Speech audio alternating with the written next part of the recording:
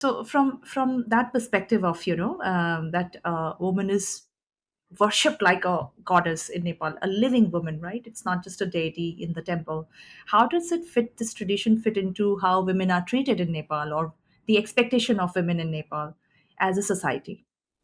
I think, like as I said, Nepal is what used to be at least a male-dominated country, where even in rural parts of Nepal there are some, what do you call, practices Hmm. which is not in the favor of women. Like there's a pratha, it's called chhapradi pratha, where menstruating girls are supposed to live, they're forced to live in shed.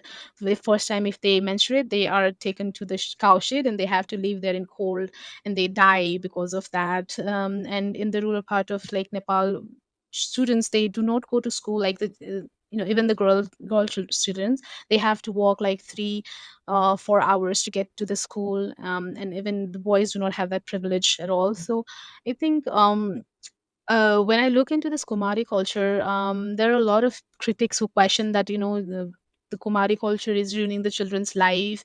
Like she does not get the basic rights and all those things. But I should, to those people, I say that it's just one girl who Yeah. is representing, this issue, is the center of faith for so many thousands of people, right? She's being revered by even the kings, and the highest dignitaries, and she is living a very good life. And it was true in the past that Kumaris were not allowed to get educated, because like people believe that Kumari is a goddess herself, and she is knowledgeable, she knows everything, no one Yeah. needs to teach a goddess, and who would dare to become a teacher of a goddess, right?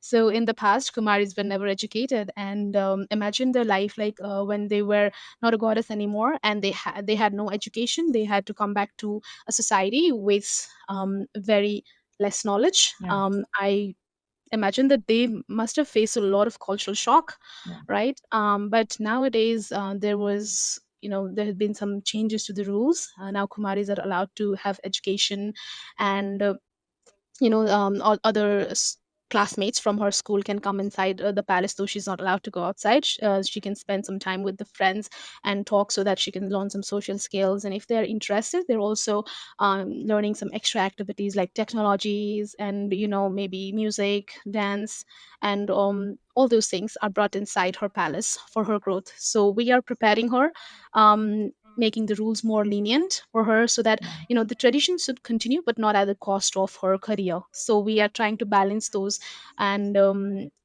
prepare a better life for the one who is the Kumari, right? So the ones who question, the critics who question that this is violating the child rights and all those stuff, I think they should pay Mm. that attention towards those girls in the rural area who are facing such pitiful situation. They do not have that right to education. I think there are hundreds of those girls, I mean thousands of those girls, who still need attention from the government. And I think let's just take this example of Kumari culture on one stage where she's holding the supreme power in the country, and the other Yeah. girls who are like being dominated. So I think the Kumari culture stands as an example of the positivity on how the Kumaris are to be treated, not how the women are to be treated, I mean to Mm. say, Mm. right?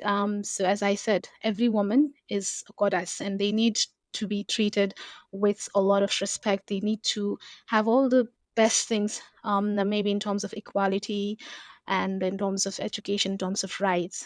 So I think the Kumari culture should serve as that example for the other women of the country, right? And Yes. even for the ones who are ruling the country, they should focus their right.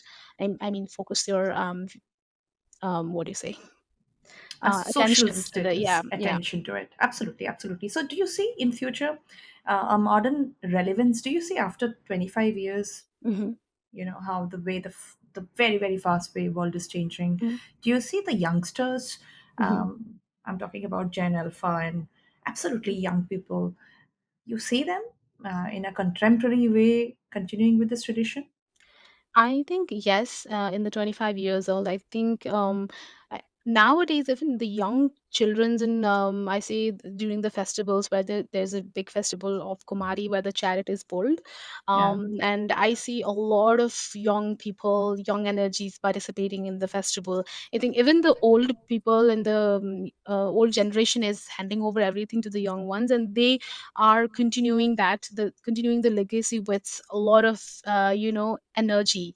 So I still see that this will continue because you know I see that charm, the craze that people have over the culture to protect it. And I think here in Nepal, especially the Newar community where the Kumari belongs to, they are very much closely connected with their culture. They are very inclined towards their culture, so they can do anything to protect the legacy of the culture. But I still believe, like, with changing time, there could be some changes in the rules and regulations of Kumari's life. Maybe, as I said, education was not possible. Now it is, the Kumari is Yeah. getting educated, right?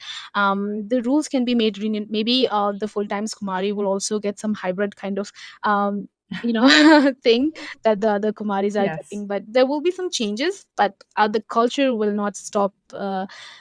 Definitely, because of the change in time, I think, at least for some next 50, 100 years.